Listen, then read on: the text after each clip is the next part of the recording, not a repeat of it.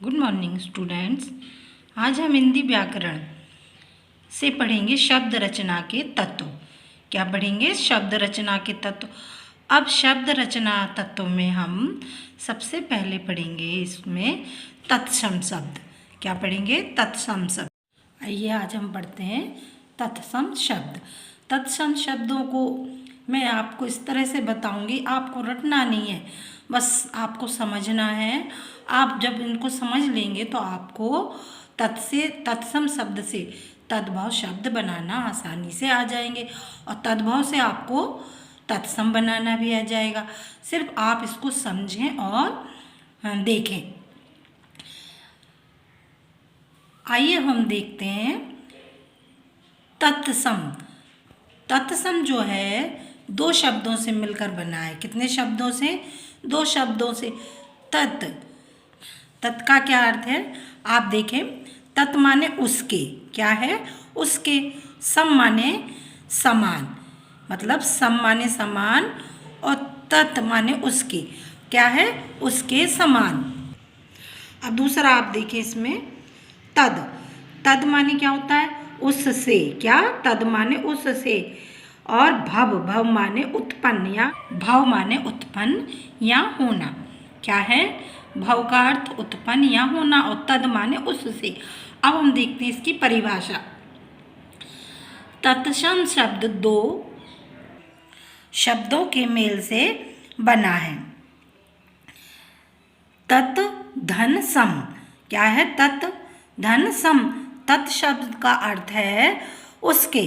क्या है? उसके। मैंने अभी आपको ऊपर भी बताया है तत् का क्या अर्थ है? उसके। अब किसके? संस्कृत के। तथा सम का अर्थ है समान, अर्थात उस संस्कृत के समान। इस प्रकार तत्सम संस्कृत के वे शब्द हैं जो बिना किसी, क्या है? जो कि बिना किसी परिवर्तन मतलब बदलाव के ज्यों के त्यों हिंदी भाषा में प्रयुक्त होते हैं। जैसे ग्रह, चंद्र, दुग्ध, ग्राम, सत, अशत। ये सब क्या है? ज्यों के त्यों शब्द जो हैं प्रयोग में लाए जाते हैं। ये तत्सम शब्द। अब आपका आता है तद्भव। क्या आता है? तद्भव। अब तद्भव क्या होता है? तद्भव शब्द दो शब्दों के मेल से बना है। तद धन भव। क्या है? तद धन भव। तद का अर्थ है उसके, उससे। क्या है? तद का अर्थ उससे। उससे। अब किससे? हिंदी से। तथा भव का अर्थ है, क्या है? भव का अर्थ है उत्पन्न या होने वाला। मैंने ऊपर बताया था आपको तद का क्या है? उससे। और भव का अर्थ है उत्पन्न या होने वाला। इस प्रकार संस्कृत के ऐसे शब्द जो समय के साथ परिवर्तित माने बदलकर या परिवर्तित होकर हिंदी में प्रचलित हो गए। क्या है? बदलकर क्या हो गए? हिंदी में प्रचलित हो गए। तद्भव शब्द कहलाते हैं। जैसे सात का क्या होगा? सप्त। क्या बदल जाएगा इसमें? सात का सप्त। और घी का क्या हो जाएगा? घृत। आग का अग्नि, घर का ग्रह, मोर का मयूर। अब कुछ महत्वपूर्ण तत्सम और तद्भव उदाहरण के रूप इस प्रकार से हैं। जैसे कुछ जो होते हैं तत्सम किस प्रकार से परिवर्तित होते हैं तद्भव में। आप देखिए, जहाँ भी अणा आए, मतलब कोई शब्द में अणा आता है लिखते समय, वो तत्सम होगा। वो क्या होगा? तत्सम। जैसे अब कर्ण है। क्या है? कर्ण है। तो कर्ण में अणा, ये वाला अणा आया तो वो क्या होगा? तत्सम होगा। और तद्भव बनाते समय क्या है? अणा की जगह अणा के स्थान पर क्या हो जाएगा? ना। ये अणा के स्थान पर आप ये वाला ना हो जाता है। क्या है? ना हो जाता है। अब इसी प्रकार से जैसे देखें ऊण। क्या है? ऊण। ऊण, ये वाले अणा के स्थान पर क्या हो जाएगा? ऊन। क्या बन गया? ऊन। अब जैसे कर्ण है तो कर्ण में मैंने अभी आपको बताया कान, काय में परिवर्तित हो गया कान। अब जैसे ये कृष्ण है। क्या है? कृष्ण। तो क्या बन जाएगा इसका? किशन। क्या बना इसका? किसन। अब जैसे ये वाला त्रा है, ये है, तो ये ता में परिवर्तित होता है, का में बदलता है? त्रा में। और ड़ा तो मैंने आपको बताया है, तो किस प्रकार से हो जाएगा ये? तिगुना। क्या बन जाएगा? तिगुना। अब तृण है, तो तृण क्या है? काय में परिवर्तित हुआ? तिनका। चूर्ण है, तो चूर्ण का क्या हो जाएगा? अड़ा, ना में परिवर्तित होता है, तो चूर्ण। अब दूसरा नंबर देखिए, अगर किसी शब्द में क्या है? अगर किसी शब्द में छ, त्र और ज्ञा, और ये क्या है? श्रम, श्रम वाला श्रा है, तो ये क्या है?